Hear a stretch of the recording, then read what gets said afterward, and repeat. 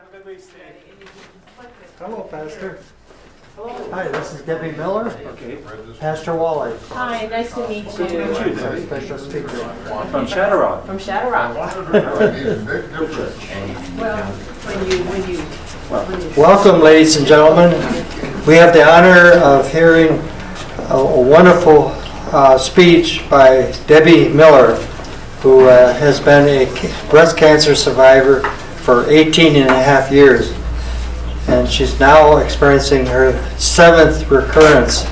So we're very honored to have her speak. She's a member of the Shadow Rock United Church of Christ on 8th Avenue near Thunderbird Road. So I welcome Debbie. Are you ready to talk? I am. Great. Let's give her a hand. Thank you, Robert. Sure. I don't know if any of you have been up to our Shadow Rock Church, but one of our significant portions of our service on Sunday is what we call celebrations, where we have an opportunity to stand up and announce special birthdays, anniversaries, etc., things going on in our lives. And I shared with the group today that I was very excited to be down here at First Congregation to talk about life as a survivor, and that it is just kind of a joy for me to first of all say that I've been around surviving this cancer business for 18 and a half years, as Robert mentioned. And if I can share anything and somebody walks away with a little bit of information that's helpful to them, or they can share with a friend, then I feel like I have done my job and a bit of kind of sharing God's love, if you will. I feel like I have almost like a responsibility, if you will, to try and share and help others in this battle. I was pleasantly surprised after Robert attended a session at Shadow Rock last summer, and he came up after the service because I had just got up and celebrated my 18-year anniversary of surviving this disease, and asked if I would be, thank you, if I would be interested in coming down and speaking to this group. And I said I would love to. My calendar's kind of busy, and so let's plan a date that would work. And little did I know that when I said yes to a date in April, that by that time I would be then finding out I had now another diagnosis and another recurrence of cancer. I think most people would say that if you look at me, you would not expect that this is a cancer person at all. And I want to remind you that you cannot judge a book by its cover. You never know what's going on in people's lives, and you never know how it's going to affect them. And people have so many different diseases, ailments, depression, things going on. And so you just have to be really, really careful about that. And I just ask you to keep that in mind. I have been so blessed to have a fairly healthy life. In fact, I like to tell when I go visit a new doctor that I like to tell them, I'm the healthiest breast cancer patient you're going to find. It's just that this disease keeps coming up and interfering with my life. So let's hurry up and deal with it and get on. And so part of what I'm going to talk about today is how did I get to that, quote, healthiest cancer patient around. And that's kind of my own opinion, and I feel like that's what kind of keeps me going along. So I'm going to start out with a little bit about my history so you know how I got to this point. I have a very proactive gynecologist obstetrician, and he recommended that I go in and have a baseline mammogram when I was 35 years old. And at that time, it was kind of normal to go and wait till you're about 40, but he was a big advocate of let's just get that baseline done. And I didn't adhere to his words right away, and I was getting close, 36 now, and he said, have you got that mammogram done? And I said, no, and I went in and finally had it done, and they called me up and said, oh, we see something on here, and so we need to go and check it out. And upon that, they found that I was in an early stage of ductal carcinoma in situ. And I'm telling you, what they saw on the mammogram was the equivalent of 4 teeny tiny little pencil points that were white spots, and that was it. And I was like, you've got to be kidding, that doesn't even look like anything significant. But when they tested it, sure enough, they found those early stages of cancer. So they put me through a round of radiation, and after that they said you're good to go. And lo and behold, a year and a half later, they went in for another mammogram, and all of a sudden my little 4 pencil points turned into like a big gigantic star cluster. There wasn't any lumps or anything significant. I never felt anything, but they said it's spread, it's getting bigger, and I at that point made a choice to do a mastectomy, which I did. They said you're good to go, there's no spreading, it didn't go outside the boundaries, you're good to go. I'm like, okay, fine, left and went on. Moved into 2 years after that, and I was getting ready to go for another mammogram, and all of a sudden I found a lump under my arm, and when the radiation, or the radiologist, looked at the films, he said, well, let's just kind of wait and see. I'll come back in about 6 months and we'll take a look at it. I'm like, no, you don't get it. I've had 2 rounds of this cancer thing already. We are not going to wait and see what happens. And so I went and had surgery done, and they removed it. It was a lymph node, and it was showing positive for breast cancer. At that point, they said, now we're getting into a little more dangerous territory with the cancer spreading in the lymph nodes. That means that it can almost be like on a telephone wire, and it can be going anywhere in your body, and you need to just be more aware of the implications of that. And that's when they decided they had to put me on chemotherapy. Now, I was pretty fortunate. Those first 2 go-arounds, yeah, I could do a surgery, I could do some radiation, but chemotherapy was a whole different story. And for breast cancer patients, the most regular course is a really harsh drug right up front. It's red in color when they give it to you in the IV bag, and it has a name of the Red Death. And it's not a fun drug. I wouldn't really advise it, and yet it still seems to be the first course of what they do for most breast cancer patients. So I went through that treatment, lost all my hair, got sick a lot, still managed to work. And kind of speaking of that, I will say that I would highly recommend anybody who's going through any kind of cancer really try and stick to your normal activities as much as possible. I found that whether it was working or exercising or being involved in church activities, the more you're doing your normal life, the easier it is going to be to deal with this disease. And I've met patients who kind of became a bit of a recluse, ended up staying at home, didn't know how to deal with it, didn't want to interface with any people, and they had all day long to sit home and think about their disease. And I saw them decline so quickly, and it was just so unfortunate. And I highly recommend that anybody who's going through cancer really needs to try and stay involved. I mean, I understand that you're going to be maybe not to your full level of energy and activity, but by staying involved in various activities, it really is a way to be a survivor. So with that, I did my chemotherapy, and they recommended I do a second chemotherapy right after it because it was highly recommended at the time, and I wasn't so sure about that, and I almost said no, and at the last minute I thought, what if I get through that period and I find I had another recurrence? I'm always going to ask the question, what if, and should I have done that second chemotherapy? So I did the second one. It was much better, didn't make me sick. Didn't seem to affect my energy level as much, and I was able to continue on with more normal activities, so that was good. And that was way back in 1999, and I thought, good, I must be totally done now. I have done the radiation treatment, I've done a surgery, I've done the chemotherapy, that's going to be good, right? Well, 2 years later, it came back again. My oncologist found some more lymph nodes that were affected. I went and had a little biopsy done, and they took out quite a few, and a lot of them were indicating more cancer. At that point now, I'm scared to death. I have done all the treatments you can possibly do, I thought, and now I don't even know how I'm going to handle more stuff, and I was scared. And we went through a lot of discussion about what could my course of treatment be, and I was pleasantly surprised that the oncologist said, oh, do not worry, we have plenty of options left for you. Just because we've done some of those treatments before doesn't mean we don't have more in our tool bag that we can use for you. And so we went through a variety of different options and decided that because my particular cancer was driven by estrogen, it would be a really good idea to try and reduce my estrogen and kind of have an estrogen blocker. I'd already done some tamoxifen, but that wasn't working, so they were recommending another one.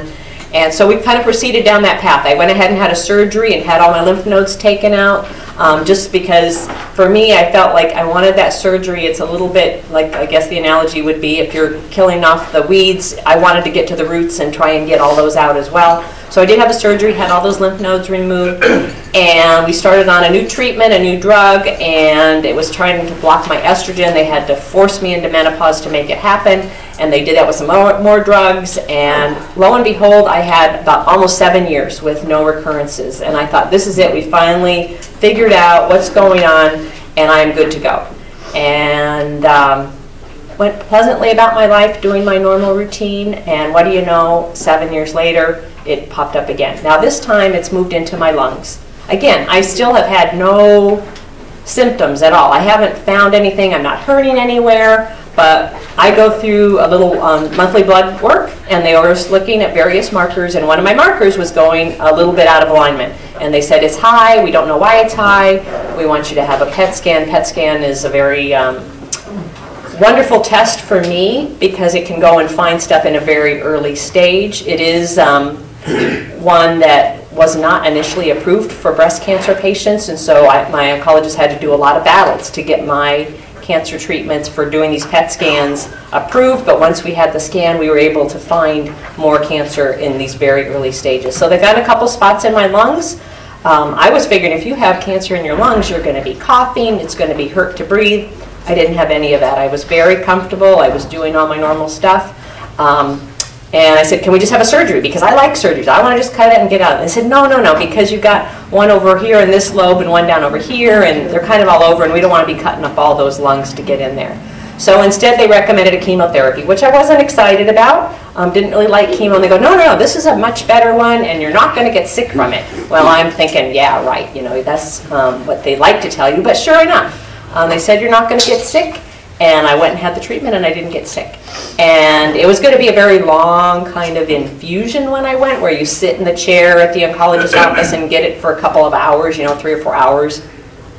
And my husband, I love him to death, and he's a great support system, but he is not the best person to come and sit and hang out with you at chemotherapy, because he would be happy just to read his book. Well, I didn't want to have him sitting there next to me reading his book. I wanted some exchange, some communication. We go on long drive in a car and we don't have a lot of conversation, but the minute we get somewhere, he's talking all the time. So I said, I don't want to offend you at all, but you know, you're not my best person to hang out with me at these chemotherapy. And instead, I started inviting my friends, and I had a different friend come with me every week. And because I knew I wasn't going to get sick, I wanted to make it a bit of a kind of a celebration of life and say affirming thing that I am moving on and this treatment is going to help me. So we'd go out to lunch, and I'd pick an incredible place for lunch. We'd have a wonderful lunch, and then we'd go for my treatment, and we'd sit and talk for hours, and the treatment would be over, and he would take me home. I can't tell you how much that improved my whole outlook on the treatment itself. I didn't necessarily want to go get them, but at least I set up a really good opportunity to be able to have those treatments. And that would be another thing that I would highly kind of encourage people to think about, is that you don't have to stick with the norm all the time. I still love my husband. He goes with me to every surgery. He goes with me to the oncologist. He's there whenever I get these bad diagnoses. But hanging out, sitting next to me in the chemotherapy chair is not his forte. So, so I don't have him come for those anymore. So anyway, we went through all of that treatment. I was a little disappointed because I was building up to my 50th birthday that year. And I was planning, of course, a wonderful big celebration. And my chemotherapy was just getting done like a week before my 50th birthday. And I'm telling you, even though I wasn't getting sick all the time, I was not in a party mood at all. I was not ready to have the big celebration with all my friends and all my family. So we kept it very quiet, and I have pictures of me, you know, with my birthday cake, turning 50, bald head. And it was a good day, and I was very happy to be around, but it wasn't that kind of big celebration that I had been. And so that was a disappointment that I had to go through. So beyond that, I thought, okay, we're hoping that one's going to work. And then 3 years later, popped up again in my lungs, very same spot. Instead of 3 spots, it was just 1 spot. And at that point, because there was only 1 spot, my oncologist recommended that I could have a surgery and go to see this guy. So I went to see him. And he said, yep, we can take it out, and we don't have to crack open your chest to get to your lungs. We can do it with a scope, and all we have to do is go in between your rib cage, and we'll go in there and we'll take it out, and you'll be out of the hospital in 2 days. And I was like, wow, that sounds pretty incredible. And so sure enough, I went to the hospital, I checked in, they did the surgery. I was up and walking around in the halls the next day, and they sent me home after 2 days, and they said, you can't go to work for 2 weeks. I'm like, really? I feel like I could go to work. No, no, we want you to stay home and rest.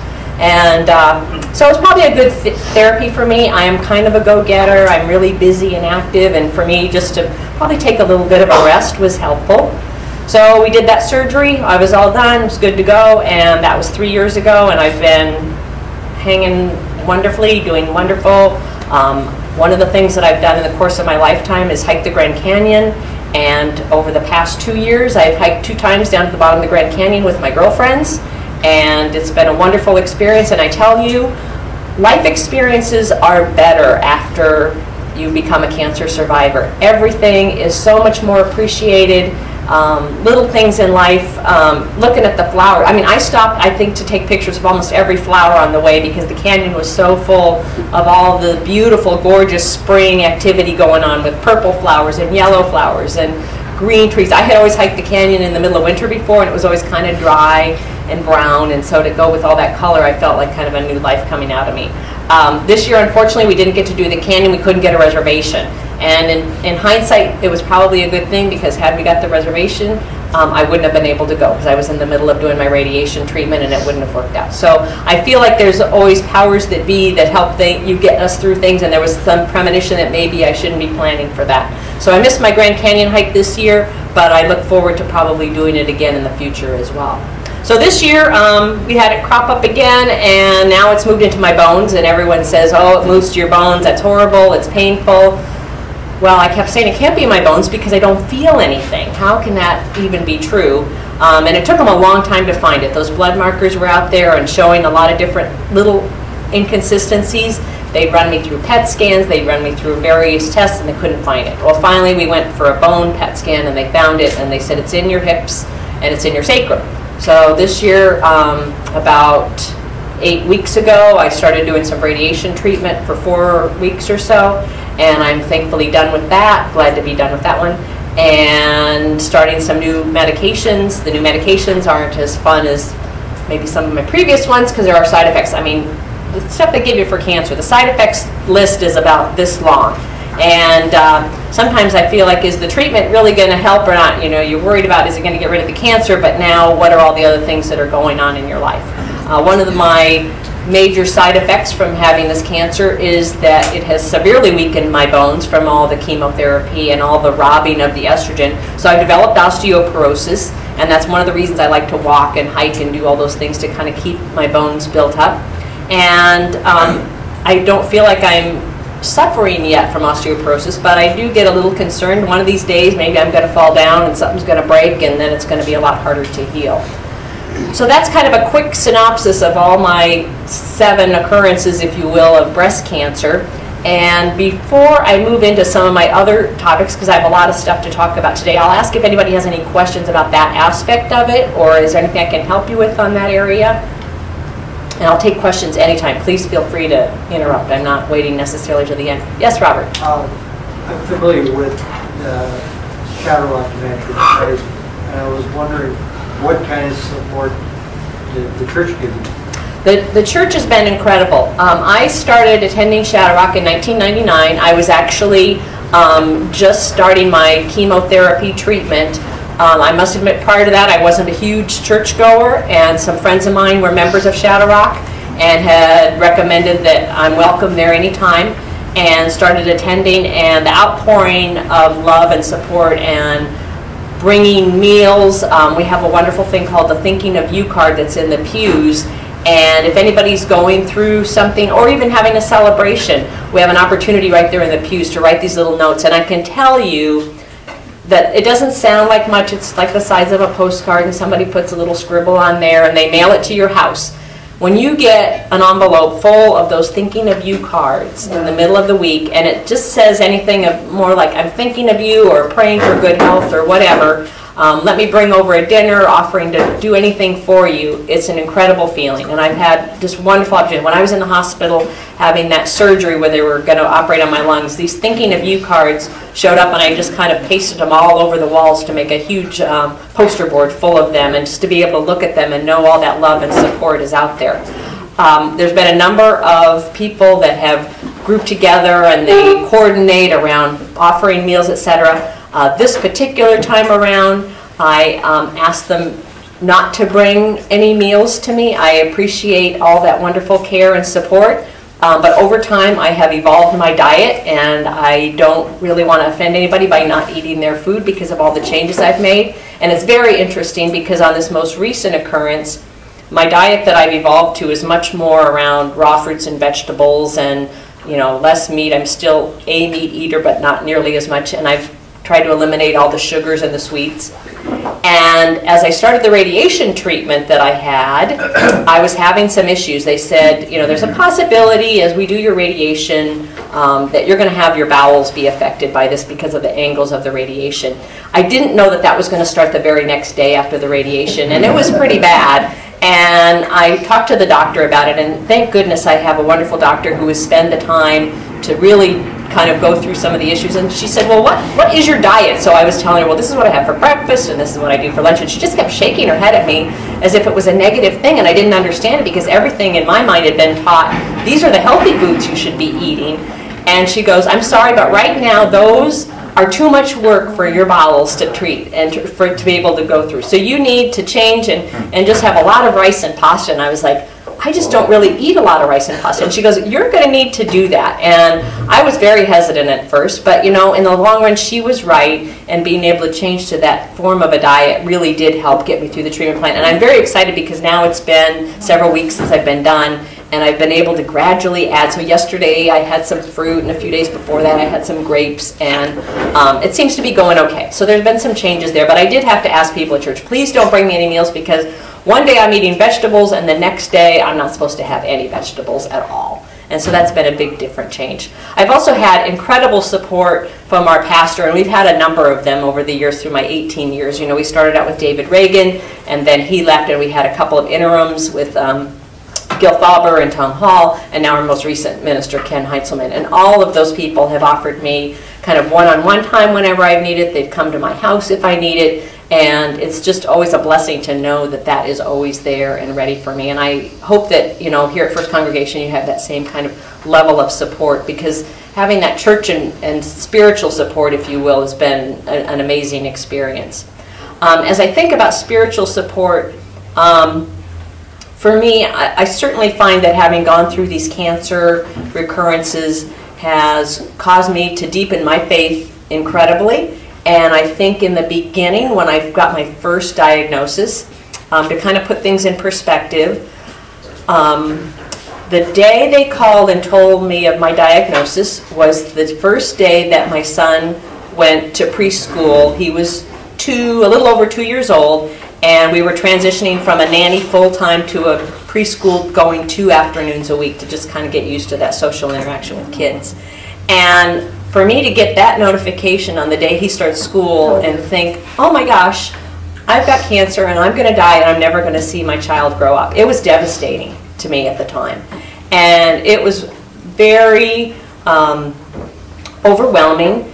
And yet I can tell you from the literature I've read and all the history I know that very rarely when someone gets their initial breast cancer diagnosis does that mean a death sentence. I didn't know that at the time, but that's all I heard about up to that point. So I was really scared, and I can tell you that in a couple weeks my son will be 21 years old, and I have seen him grown up, and I've had the most incredible opportunities and memories with him around. It did change some of our lifestyle choices. For example, I'd always envisioned a family with 2 or 3 kids, and having had this cancer and the fact that it was being driven by a lot of estrogen, they said, you know, if you were to get pregnant again, there's a very good chance that all those hormones going on during the pregnancy would be just another opportunity for your cancer to come back even sooner. And my sister had a very close friend who had the same kind of cancer, and she did get pregnant, and she died less than a year after her child was born. And so seeing that kind of experience, it kind of gave me the opportunity to think about it. And as he was 2, and then he was 4, and then he was 6, I was still having all these recurrences. So I still had to be concerned about, am I going to be around to take care of a child, let alone more than one? So anyway, that was a very devastating experience, but I've tried to turn it around in my life, and I have used it now every time I get up to speak. I've had to do a lot of things in my work environment where I get up and present in front of hundreds of people and a lot of customers. I work in the aviation industry, and we make computers for commercial aircraft, and we'll have people like Boeing Aircraft or Airbus Industries from France come over, and I have to speak in front of a large group. And I tell myself that no matter what these people are thinking in the audience or how well I do on my presentation, nothing will ever affect me the same way as that day that they called me on the phone with that first diagnosis of cancer. And so it's not going to scare me anymore. And it's not that I was a bad speaker before or that I had a lot of fear that I couldn't do it, but it just kind of changed my whole outlook. Oh, yep, I can get up and talk because nothing's ever going to hit me in that same way. So I kind of turned around the whole experience to make it a positive thing for me. And I've tried to do that in a lot of ways, you know, not necessarily trying to take advantage, but there are things about cancer that can make things a little better. There was one time we were on vacation. We do a lot of opportunities to go up to Lake Powell and do a houseboating. That's our annual summer vacation. And we'd had a bad day with the houseboat because it was a storm was rolling in and we were trying to get our houseboat to a particular site for the night and get it beached up on the shoreline. And it was so dark that we couldn't see the surface of the water very well, and that there was actually a huge plateau right underneath the surface of the water, and the houseboat went right over it and broke off the props. No. And so we were sitting on the beach that night trying to figure out how are we going to do this, because it appeared that we didn't have any spare props in our houseboat, and my husband was just devastated. And I had to console him and say, look, you know, I know it's not a good situation, and we were going to probably end up taking a power boat to drive into shore and get our props so we could fix it. But I said, they're just props, and it's just a houseboat. And let's just give thanks for the fact that we're here as a family, and we're doing this vacation, and we never know if it's going to be our last vacation or not. And so it kind of changed his outlook on things, and so we kind of remind ourselves when we're having a bad day with something else going on, okay, it isn't so bad, we're really going to get through it, and we're going to be okay. So that's kind of a thing going on there. With regards to diet and food, I mentioned that earlier, and I'm going to bring it up again. I brought some literature up here on the front, and it's included on the handout that I have for you about some recommended books. For a long time, I felt like, okay, this cancer is affecting me, and whenever it pops up, I'm just going to have to deal with whatever it does. But I didn't necessarily think that I had any responsibility in all of it. And as time went on, I got myself a little bit more educated, and I actually went to visit a clinical nutritionist because I was having some digestive issues, and he recommended some really basic things to start with, some probiotics. I mean, probiotics are all over on TV now, and I was, you know, doing them, you know, more than 10 years ago or so. But as I spoke to him more, we got more into my cancer diagnosis and some of the things that I was experiencing there, and he had some recommendations along those lines. So I've really spent a lot more time just getting educated and finding that I have been very fortunate for my whole life to be this size. It doesn't matter pretty much how much I ate or whatever, I've been this size, and I would eat a lot of sugar. I love my desserts, they're fabulous, and I didn't put on weight from eating all that sugar. But sugar and cancer do not go together. In fact, they love each other.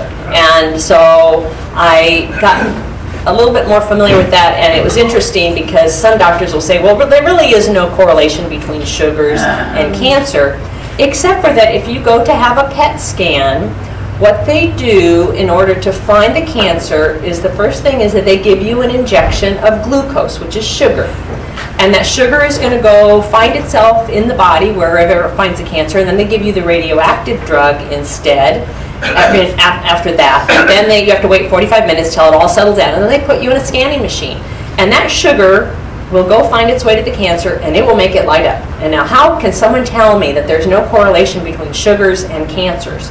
And, you know, the American Society, we do so much in our sugars and not paying attention. I thought I was eating healthy. I would have a cup of yogurt and some whole grain cereal for breakfast and throw some fruit on it. And when we added up my sugars just for breakfast, I was already over what was the recommended daily amount of sugar. And I thought it was all healthy food. But there's hidden sugars in a lot of things. And so that's one major area that I've cut back on substantially. The other thing is that there is talk about acid-alkaline balance. And this was the book I happened to find when I was at the Bash's grocery store. I was just over in the organic food section, and I saw this, and I thought, well, that's interesting. I'd heard a little bit about it and started reading up on it, and what they're saying in this book is that there's many of the diseases that we have today which can be very impacted by the foods that you eat and the correlation of what it does to your body. And that if you look inside the book, there's a chart about how food is categorized, And what we need to do is have a balance. But what happens mostly with the American diet is that we have too much acid and not enough alkaline, and so we're not balanced anymore, and that acid can be all the toxic effects. And so I've tried to add a lot more balance, and there's a real easy formula. If it's meat or dairy, it's in the acid category. If it's fruits and vegetables, it's in the alkaline category. Now there are some exceptions. You can have almond milk, for example. That's a good one. It's on the alkaline side. There are some fruits and vegetables that are on the acidic side. But taken to heart, I found that there's a lot of really good secrets in here, and I think I really improved my diet and overall health by doing this.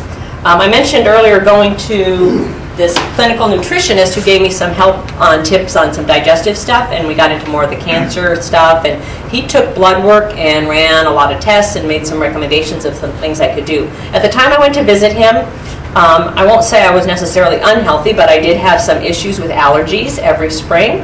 I had sometimes even some asthma type symptoms in my lungs. I had some arthritic joints that were always uncomfortable.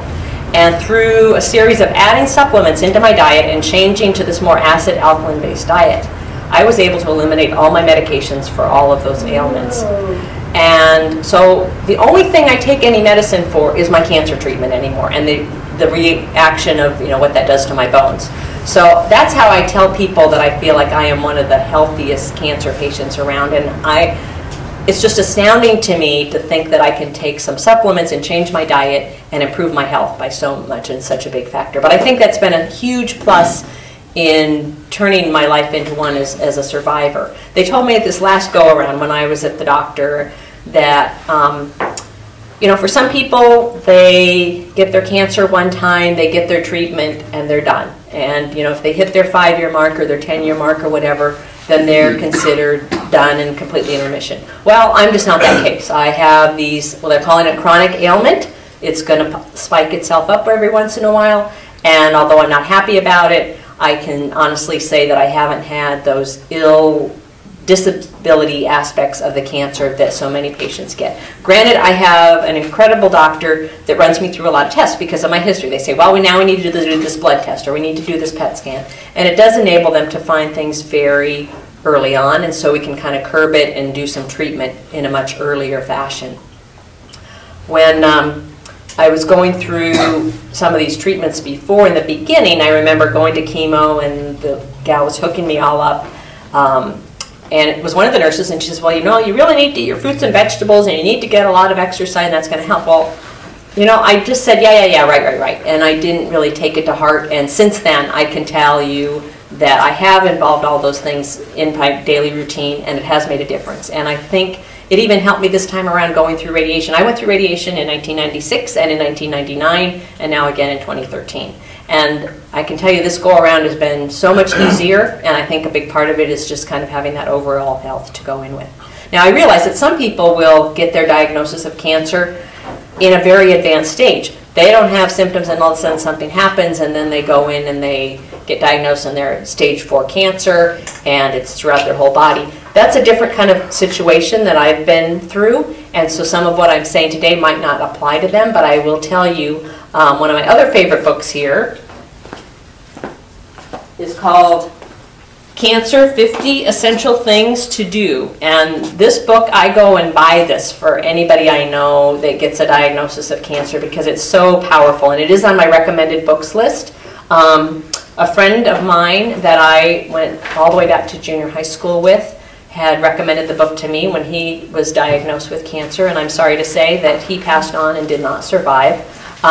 But it's got some amazing things, and one of the couple things I wanted to share with you, if you don't mind my reading out of here, this book will give you specific steps to help you set in place a medical team and an integrated treatment program in which you have confidence to address the biological portion of the illness. It will also set out specific physical, psychological, and spiritual action points that will enhance your greater well-being, enrich your life, and ultimately help strengthen your immune system. These action points play an important role in mobilizing your powerful natural healing potential and your self-healing capabilities. This is the mind-body-spirit connection, and I wholeheartedly believe in that. I think in the beginning, my background in work has been as an engineer. I was very technically focused on how the doctors were going to perform their treatment, tell me what drugs I need to take, tell me what surgery I need to do, and I will go do that. I think with all these recurrences, every time I learn something new, and I find some additional opportunities to, I don't know if some cables fell down back there. I don't know if they disconnected or they just fell down. All of that. No, Okay, so what I found is that really people have a lot of healing capabilities within themselves, and it's just a matter of trying to tap into those, not only focusing on that doctor and technical aspect of what you need to do, but to really address, you know, the bigger picture in life and kind of the emotional piece. My friend who passed away from cancer, I did not realize until it was about a month before he passed on, and I went to visit him, that he was having a very, very difficult marital situation and not getting support from his spouse that he needed. And in the long run, I always, in the back of my mind, wondered how much that very difficult relationship was making it difficult for him in his own healing. It was truly stressful for him every day, and what a factor that could be. I also put a few more books on the list. I don't have any of them with me because I ended up loaning them out to people and I haven't got them back yet, but they are the books by Bernie Siegel, and it's about peace, love, and healing, and love, medicine, and miracles. And I found both of those books to be very inspiring and very insightful on a couple of things. And Bernie Siegel was a surgeon, and what he found was that there were a number of his cancer patients who were doing incredibly well, and then other ones who weren't. And so he decided to formalize his study a little bit, not so much about the technical surgery anymore, but what was different about these two groups of people and how did they handle their cancer. And some of what he found was that the ones who had a different approach to life and their attitude about their cancer and an attitude about their healing made all the difference in the world as compared to those who were not surviving their cancer at all. And it's very difficult, you know, you try not to be judgmental, but he said, for example, he found some patients who, for example, when he'd have an interview with them, there was maybe it was his mom or an aunt or something who had a cancer diagnosis, but she was adamant that she was going to go out and buy her new spring purse because she buys one every spring. And he thought that was a great sense of hope for her. She knew that she was going to be around long enough that she had to have her spring purse. And I thought, what a silly little story, but at the same time, so powerful. I know for me, when I get some of these diagnoses, it is hard to plan something for the future. You know, my husband says, well, what are we going to do for our summer vacation? And I'm like, I'm not even sure if I'm going to be here this summer, but I've never been once told you only have X months to live or whatever. The drugs that they're giving me right now have shown that they can extend life by 1 or 2 months for a cancer patient. And I'm thinking, I am not talking about months here. I am planning on years. So you guys better, you know, beef this up a little bit. And so to get 1 or 2 more months out of it, you know, that's not on my radar screen. And so I'm kind of dig your heels in and be tough with them.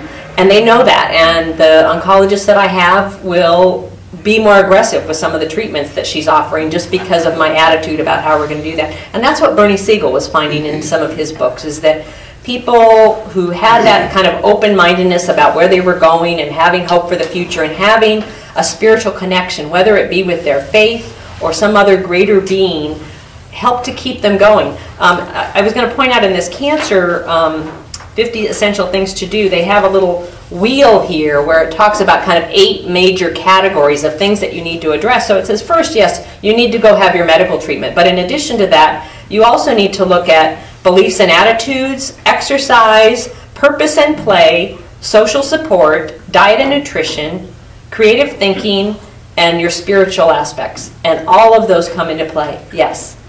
Thank you. And I appreciate so much you're doing this. It's very timely for me. On Wednesday, I'm preparing to go see my cousin who just got a diagnosis of stage 4 breast cancer, estrogen-driven, and we were very close when we were growing up. Okay. And so my brother and I are going to visit, but it doesn't sound like she has much longer to live. And the temptation for us is to go armed with books and crap, you know, Right. and give her all kinds of information. And you know, what I'd like to know from your perspective is, what are the positive things that friends and family can bring have brought to you, and what are the things that friends and family have really been disastrously Thank you. negative, you know, in doing about you, toward you, you know, what shouldn't I do? That's a great question, and I hope that some of this will make sense and that I will offer some good advice. First of all, that caregiver role is really, really complicated. It shouldn't be, but at the same time, what to say and how to offer support is difficult. And I know that from my husband. He's shared that many times with me. I would say that probably on the disastrous end of things would be to come in with a plethora of, here's a whole bunch of other treatments that you need to go do or think about or whatever, because it's so overwhelming to even just be involved with one treatment. Now, if you actually think your relative is going through a wrong treatment, it might behoove you to offer it, but they're already trying to figure it out, and to say, oh, there's these 50 other treatment things you should also be doing at that late stage makes it really complicated. But there's something in here in this book. This gentleman who wrote the book was given 1 month to live when he got his diagnosis. And he was adamant, I am not leaving in 1 month. And it talks a lot about how he got to this point and being able to write this book. And now he's written many, many books since then, I guess. And so one of the things he talks about is just being able to look in the mirror and love yourself and only be focused on that. And to hopefully offer words of encouragement that really let your loved one know that they are loved and that you are sharing that love. So sharing love is really important, and helping them to understand how important they are and that they are valued is another good one. But on the disastrous end of things, and I just heard this about a month ago, and I thought, oh, how timely that I heard this bit of information. Cancer patients don't really like the question, how are you? Because they can be in so many different places, and it's very difficult to kind of share what they're going through. But it is better to ask, how are you feeling? Now, those sound like the same kind of questions to me, but at the same time I can understand, how are you and how are you feeling? Lets them maybe be willing to open up about a feeling that they have, rather than, oh my gosh, you know, do you want to hear my whole history of my cancer and everything I'm going through the doctor, or just how am I personally feeling on a day-to-day basis. And the other thing I would highly encourage is just finding joy in simple things with this person, whether it be memories of things that you've done in the past, or a flower, or looking outside, or sitting on the porch, or whatever it takes. But speaking of flowers, let me mention that if a person is going through chemotherapy, I would not recommend getting them any flowers, because most likely what's happened is that when they're doing chemotherapy, it affects all of your senses. And especially if you're going through a chemo that you lose your hair, not to be too graphic, but you lose a lot of the nostril hairs that you have, and eyebrows and eyelashes and everything. And so as a consequence of losing those nostril hairs, it means that you are super sensitive to all those allergens that are out in the world. So people would send me flowers, and we'd have to go put them outside because it was too much to be in the room with them. Yes? When we were first dating, she doesn't like flowers, so I faxed her flowers. Oh. And those were very well received. Oh, wonderful, wonderful. That reminds me, I have a good friend, and she has had multiple friends dealing with the cancer aspect, and she wanted to do something for me. And I said, we don't want meals, and I don't need flowers, but I love hugs. And she goes, well, I can't see you every day to give you a hug. So she sends me a text every day with some sort of hug in it in a various fashions, sometimes in a funny way, sometimes in a serious way. And we used to have a care pager at Shadow Rock Church, and since the days of cell phones have evolved so much, we've kind of eliminated the care pager. But the care pager was one where anybody could dial that number, and the patient would get a little buzz, and they would just know that that meant somebody was thinking. There was no expectation to call them back, but just receiving that. And the same thing with these text messages, is that I'm receiving them. I have no obligation to return them or say anything back other than just letting people know that, you know, they're sending me those messages of love. And so that's a wonderful way to use the current technologies. And you can tell them outright, I don't want you to respond back, I just want you to know that I'm thinking about you. It is hard for patients who are in kind of those late stages and what they're going to do. I know my father-in-law was diagnosed at a very late stage. He seemed to be really good health, and he was out as a winter visitor. His wife had passed away the previous year, and he wasn't feeling so good, thought it was just a flu bug, and finally had a friend take him to the doctor, and they said he looked yellow, ran a bunch of tests, they told him he had liver cancer, and he probably had 2 to 4 months to live. And we were just shocked, and we were like, no, you're going to come to Phoenix, because he was out in Lake Havasu City. We're going to bring you there, and you're going to see our doctors, and we're going to really find out if that's true. They had to wait till after the weekend to get the medical records so they could drive back. And my husband called me on the phone and said, I don't think we can take care of Dad at our house anymore. We need to find him a place where he can have 24 hours of nursing care. And that was on a Sunday that they were going to be coming back on Monday. So in 24 hours, I had to go find a place for him to be in an assisted living kind of care. And on Thursday, he died. And I was never so shocked. And yet at the same time, my father-in-law had cared for my mother-in-law for about 13 months of a very harsh cancer. Really affected lots of her, and she was in hospitals and assisted care, etc.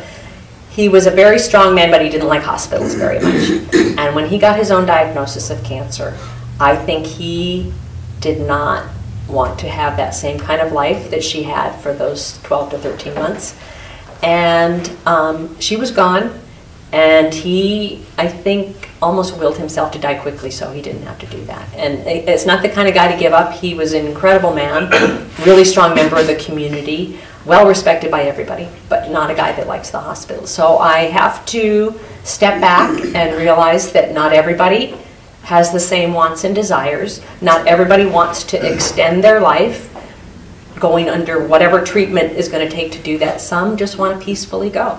And that, I felt, was a big part of his choice and how he moved on. Yeah. I heard a couple of cancer survivors say that they didn't particularly like it when people say, well, gosh, you look really good. And how do you feel about that? I love that myself. But I could see that some people might not like that message because they're hurting so bad inside, or they maybe really feel bad. I've kind of made a point over the past couple weeks since my radiation is done to spend more time getting ready for work, getting ready for church, putting on nicer clothes than maybe I had been. And part of it is because it's kind of building my self-esteem that I'm going to feel better. And if people say that, this nice gentleman, Eric, made a comment about my jacket and my dress and my eyes and everything, and I love it. It really helps me, but sometimes it's hard to read people and to know, is that something they appreciate or is that something that's going to hurt them? And so I think the best you can do is kind of be mindful that everybody has a different approach. And I find the same thing with cancer patients. I'm willing to talk to anybody on the phone who wants to just have a listener and somebody who's been through all of it. But I learned early on that, especially when it comes down to medical treatments, there are so many different cancers and there are so many different treatments that what worked for me does not necessarily work for all people. So I'm really hesitant to go out on that line about, well, I don't know if you should be doing that medical treatment. Maybe you should look at this other one. I'm happy to give some opportunities and some suggestions or choices. But for example, there's hundreds of chemotherapies. I thought they were all the same, and I thought everybody who does chemotherapy loses their hair. Well, that's not true at all. Maybe half of them you lose your hair, and the other half you don't at all. I met a gentleman at work who came to speak to me in private and said, I don't know how you do it. I don't know how you can be so open and sharing. about what's going on in your life. And I said, it's important for me, for my own healing and for people to understand. I don't want them to think that I'm not doing as good a job at work because maybe I'm not feeling good. So if they know my circumstances, found out that this gentleman had been going through cancer treatment for 10 years. He never told a soul, not even his own mother. Oh dear. And it got to a point where the cancer was getting bad enough that people were going to know there was a difference, and now he was going to have to share. And he said, I just want to say thank you, so he could see how I was sharing in hopes that that was going to help him to be a better sharer and to call his mom and say, listen, I'm going through this stuff. So people can go through a lot of stuff and people would never know. But I'm kind of out there, I'm a little bit more open, but as soon as it's out for me, I feel like I can rest. And if it's all, like for the months that I was going through these diagnostic tests and not knowing and not sharing with it, because I don't share with anybody during that stage. Just my husband and I are the only, we don't even tell our son I'm going through all these tests because we just don't know. We're hoping the tests are going to be negative and we just move on. But sometimes they're going to be positive and then we have to deal with. So I can tell you that the most distraught time for me has always been going through the tests and waiting for the answers and what is going to be the treatment plan. Once I have the treatment plan, I'm okay. Now it's all about, this is the treatment we have to do and let's just get started.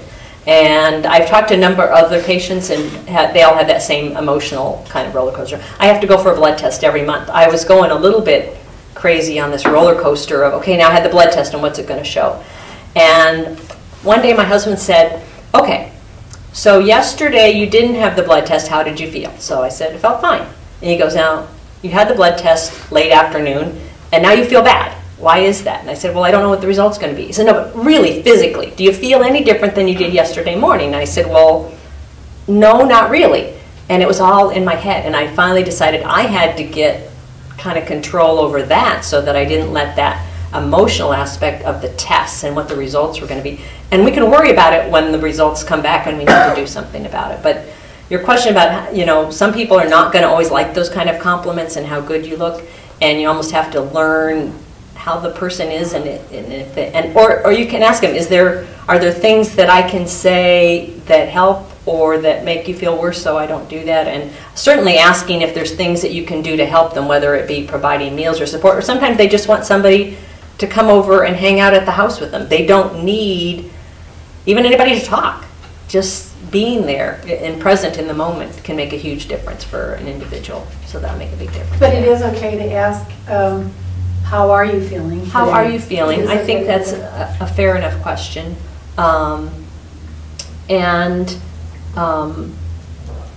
You know, I said I like hugs. I read somewhere that if you get 12 hugs a day, that's healing.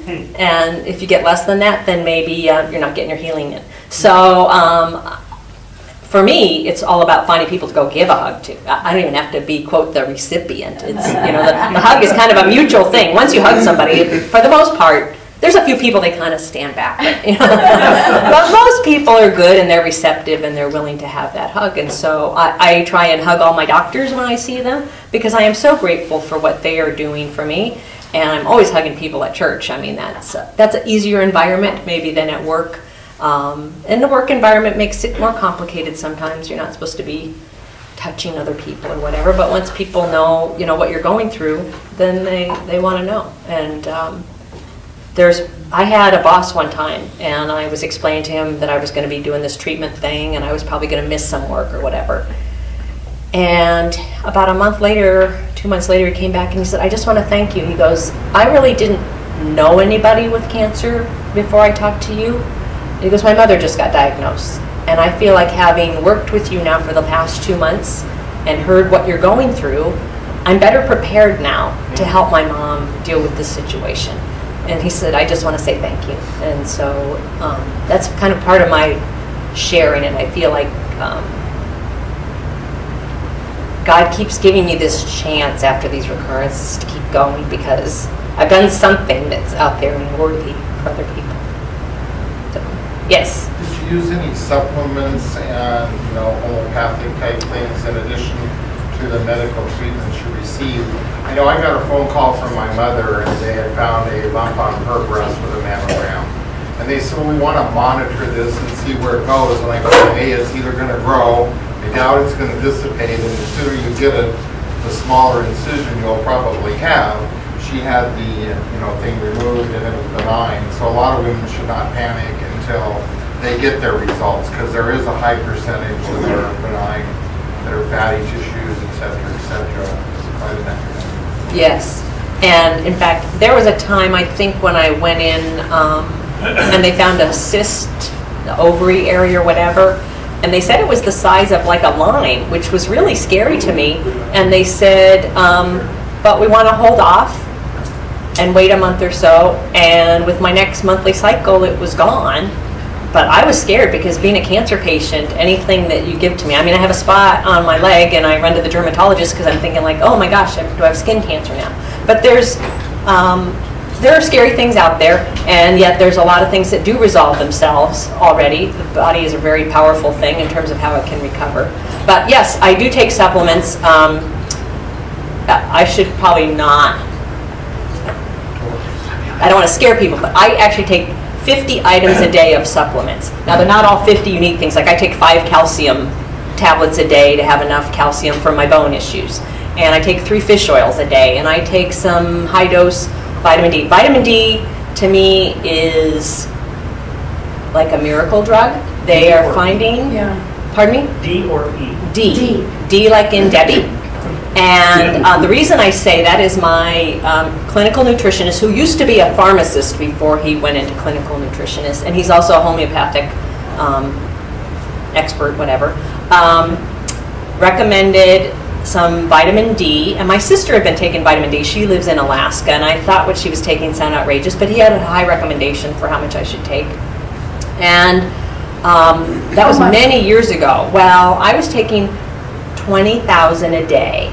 And most people are taking like 1,000. Now, I don't want everybody to run out and take 20,000 a day, but it is my opinion that 1,000 a day is not enough. And they have started recently in the news sharing that a lot of people suffering from diseases, they check their vitamin D level and it's way too low, and they are suggesting people supplement, but they're afraid to tell them how much. And I wouldn't do anything that I would think would be harmful to my body. And since I've been taking the vitamin D for over 5 years, and now I take about 5, maybe 10,000 a day, and I'll take more in the winter when I'm susceptible to cold and flu. I don't get the flu shot anymore. Now, I think you guys would probably think, oh my gosh, she's crazy. She's got cancer. She doesn't get the flu shot. But the nutritionist says if you're taking your vitamin D, and I'm taking my other probiotics and other stuff, he goes, you don't need a flu shot. And knock on wood, for the 5 years I've been doing the vitamin D, I don't get colds, I don't get flu, I don't get any of those communicable things that is going around the office. I just deal with cancer. And so most people would rather have the colds and the flu than the cancer.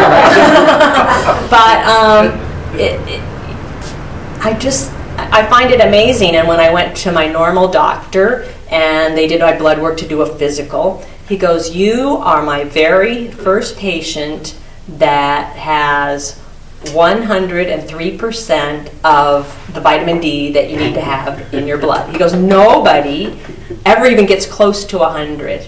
And he goes, you probably could take a little bit less. And I'm like, okay, I could take a little bit less, but I'm not going back to the 1,000 that they recommend, because I feel like it's been a huge factor. And I know it's really important for my bone growth and all that stuff, so I'm trying to be mindful of that. So I do take supplements. I do take a lot. I get them all from my nutritionist. I put his name on the back side of the handout that you have. His name is Vimal Patel. I will tell you that supplements are not paid for by insurance. That's frustrating to me because I feel like I'm saving them money by not going to the doctor with illnesses and taking other drugs. But I can understand why, if they started covering supplements for everyone, then insurance would cost a lot more money.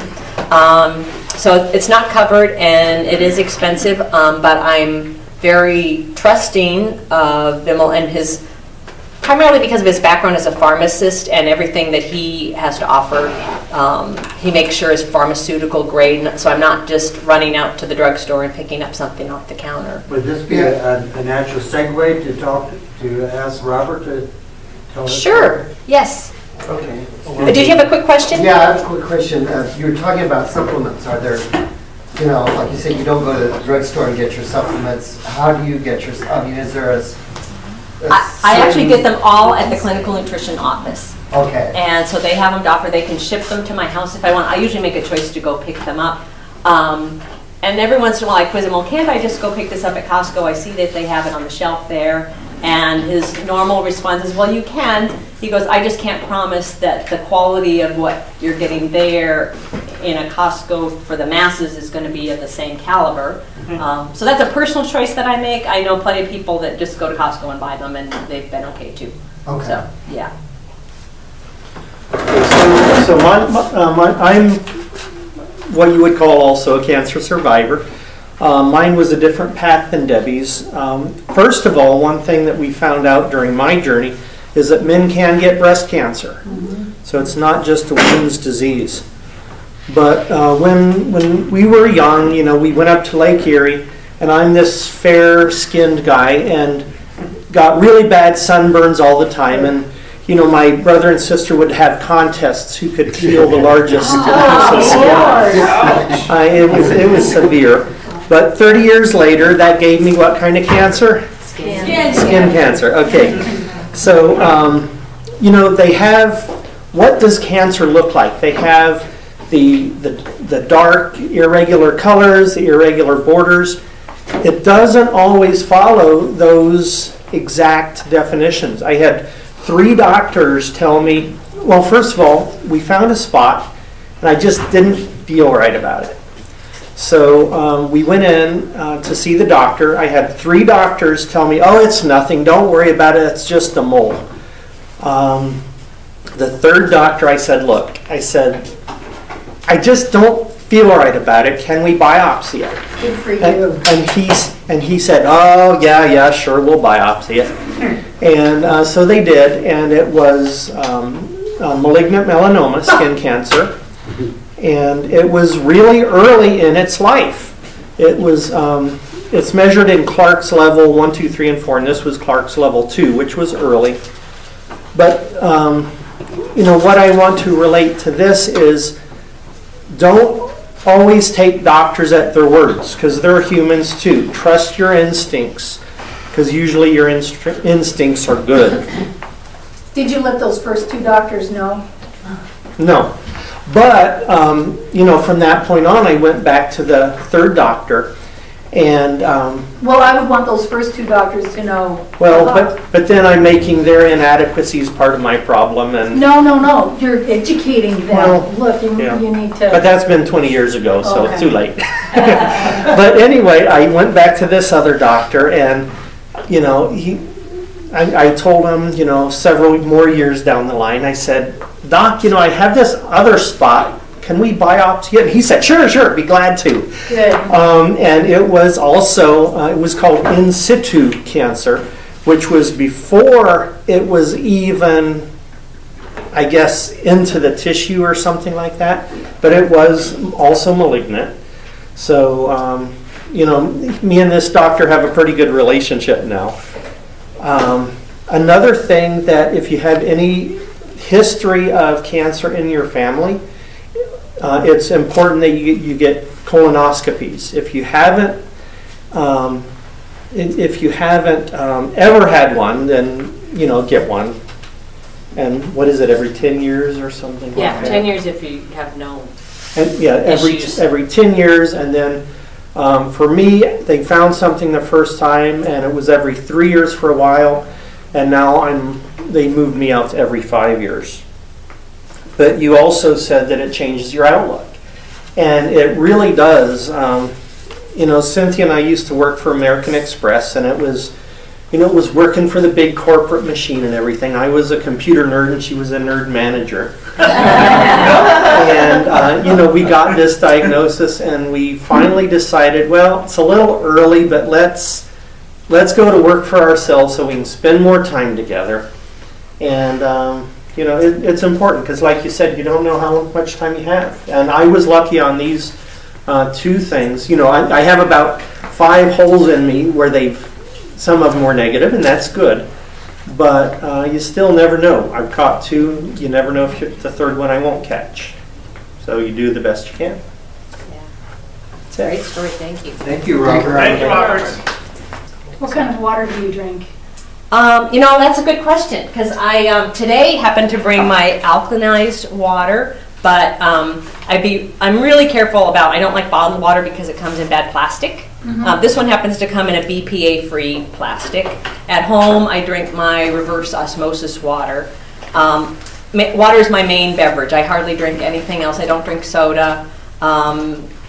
Today, before I came at church, I had about this much coffee just because I love the taste of it, but I'm not a big coffee drinker.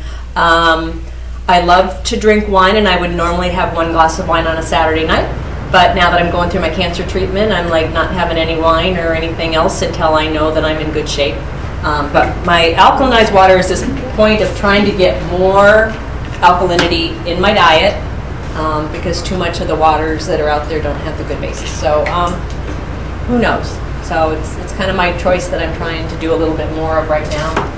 So good question. What would your husband and son say? What at some point the caregivers? Who's taking care of the caregivers? And are they? You seem like the kind of person that you would say you guys need to take care of yourselves right now. Or, you know, I try to remind my husband of that. What he finds is that when he's walking around at work, so many have known us as a couple. They don't ask him how he's doing. They always ask how I'm doing. And he says, sometimes I feel like I'm invisible. And I feel so bad for him because he's a very important person in my life and I want his coworkers to take care of him. But he's not one to say, well, don't you want to ask about me? And they're always asking, you know, when they're talking to him. And so that would be an advice of, remember the caregivers. My father-in-law, when he was taking care of my mother-in-law, never took any time off. And we said, you just need, and they offered respite care through hospital. We said, you need to go, you know, whether 2 hours to go to the local gym to have a workout or play a round of golf or whatever he needed to do, and he was very hesitant to do that. My son is away, lives out of town, and so he gets kind of more of his own ability to not do that. And sometimes I think, oh, he's just a kid and doesn't pay any attention. But he's very involved and was in all the church camps that they have for the UCC and was always up at church camp. And I would hear the stories from all the other adults who were at church camp, how that was his opportunity to share what was going on about Mom, and he would always become very emotional about it, but he felt comfortable enough that he could talk about it at UCC church camp. And so that was a really important thing for me to know that he was being cared for and had all that support. And I'm not on Facebook. I feel like I have so much stuff going on in my life that if I committed to Facebook, it would be one more thing to take up all my time.